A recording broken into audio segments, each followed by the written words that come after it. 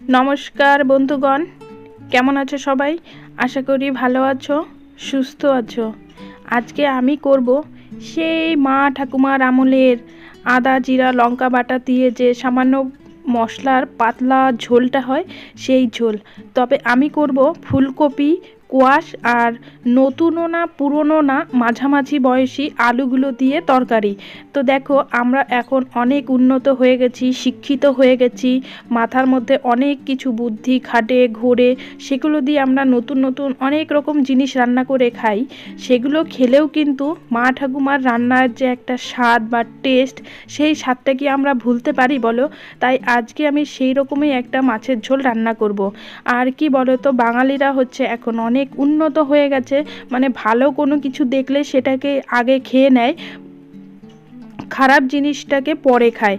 না হলে খারাপটা দিয়ে খাবার খেলে কিন্তু পেট ভরে যাবে আর ভালো জিনিসটা পড়ে থাকবে। তো আমার দশা হচ্ছে আজকে সেই রকম, মানে মাছের পিস মাথা সব কিছু রান্না করে খাওয়া হয়ে গেছে, শুধু লেজগুলো পড়েছিল, সেই লেজগুলো দিয়েই ভাবলাম ওই রকম করে একটা তরকারি করা যাক। তো দেখো আমি সবজিগুলো কেটে পরিষ্কার করে থালার মধ্যে নিয়ে নিলাম, আর মাছের লেজগুলোকে হলুদ লবণ আর শুকনো লঙ্কার গুঁড়ি দিয়ে ম্যারিনেট করলাম।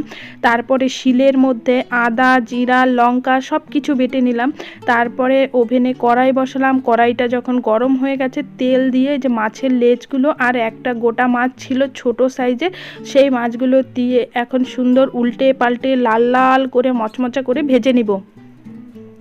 কারণ এই মাছগুলো একটু নরম টাইপের, মাছগুলোকে ঝোলে দিলে একদম ভাতের মতন কাদা কাদা হয়ে যাবে, তাই এই মাছগুলোকে একটু কড়া করে ভাজলে ঝোলে দেবার পরেও মাছটা অতটা নরম নরম হবে না। তো দেখো মাছ ভাজাগুলো কি সুন্দর মচমচা করে প্লেটে তুলে নিলাম। তারপরে মাছ ভাজার তেলের মধ্যেই দিয়ে দিলাম হচ্ছে গোটা জিরা লঙ্কা তেজপাতা। কারণ মা ঠাকুমার আমলে তারা তো আর অত মশলা এত কিছু ফোড়ন দেওয়া এগুলো ব্যাপার ছিল না তাদের কাছে, তাই তারা যেমন সাদা মাঠা পাতলা ঝোল করতো সেই রকমই একটা করব। আমরা যতই উন্নতি হই না কেন মাঝে মাঝে যদি সেরকম টাইপের একটা তরকারি খাওয়া যায় তাহলে শরীরের পক্ষেও ভালো, আর মনে হবে যেন তাদের ছোঁয়া কোনো একটা তরকারি খাচ্ছি। তো দেখো ফোড়নগুলো থেকে যখন আমার সুন্দর একটা পোড়া পোড়া গন্ধ ছড়ালো, তারপরে আমি সেই সবজিগুলোকে একসঙ্গে ঢেলে দিলাম। তারপরে দিয়ে দিলাম পরিমাণ মতো লবণ, দিলাম পরিমাণ মতো হলুদ, তারপরে যে বাটা মশলাটা করছিলাম শিলের মধ্যে সেই মশলাটা। তো শিলের মশলার বাটার তরকারি কিন্তু বেশি টেস্ট হয়, মিক্সচারের মশলার থেকেও বেশি টেস্ট আমার কাছে। তো আমি মাঝে মাঝেই কোনো রান্না কি বেশিরভাগ রান্নাই আমি শিলের বাটা মশলাটা দিয়েই করি। তো যাই হোক আমার সবজি কষানো হয়ে গেছে, তারপরে ঝোল দিয়ে দিলাম। ঝোল দেবার পর 7 থেকে 10 মিনিটের মতন জাল হবার পর দেখো সবজিগুলো আমার প্রায় সিদ্ধ হয়ে গেছে। তখন আমি যে মাছের লেজগুলো ভাজা রাখছিলাম সেই লেজগুলোকে দিয়ে দিলাম। তারপরে মাছ ভাজাগুলো দেবার পর একটু নাড়াচাড়া করব, তাহলে মাছটা আর ঝোলটার সঙ্গে মিশে মাছটার মধ্যে একটা রসালো টাইপের হয়ে যাবে, মাছটাও খেতে ভাল লাগবে। তারপরে উপর থেকে দিয়ে দিলাম ধনেপাতা কুচি, কারণ শীতের দিনে ধনেপাতা কুচি দিয়ে এইভাবে তরকারি করলে কিন্তু তরকারির একটা আলাদাই মাধুর্য চলে আসে।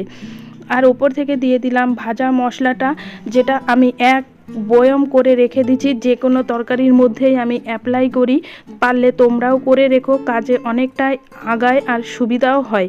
তো যাই হোক আমার ঝোলটা হয়ে গেছে, এখন আমি তরকারিটাকে নামিয়ে দিব, না হলে ঝোলটা টেনে গেলে কিন্তু আর ভালো লাগবে না। মাছের ঝোলটা দেখতে কেমন হয়েছে সেটা তোমরা অবশ্যই একটু কমেন্ট করে জানাবে। কে কে মা ঠাকুমার কাছ থেকে এই রকম পাতলা ফুলকপি আলু কোয়াশ ধনেপাতা জিরা আদা লঙ্কা বাটা দিয়ে খেয়েছো, তারা অবশ্যই একটু কমেন্ট করে জানাবে। সবাই ভালো থাকবে, টাটা।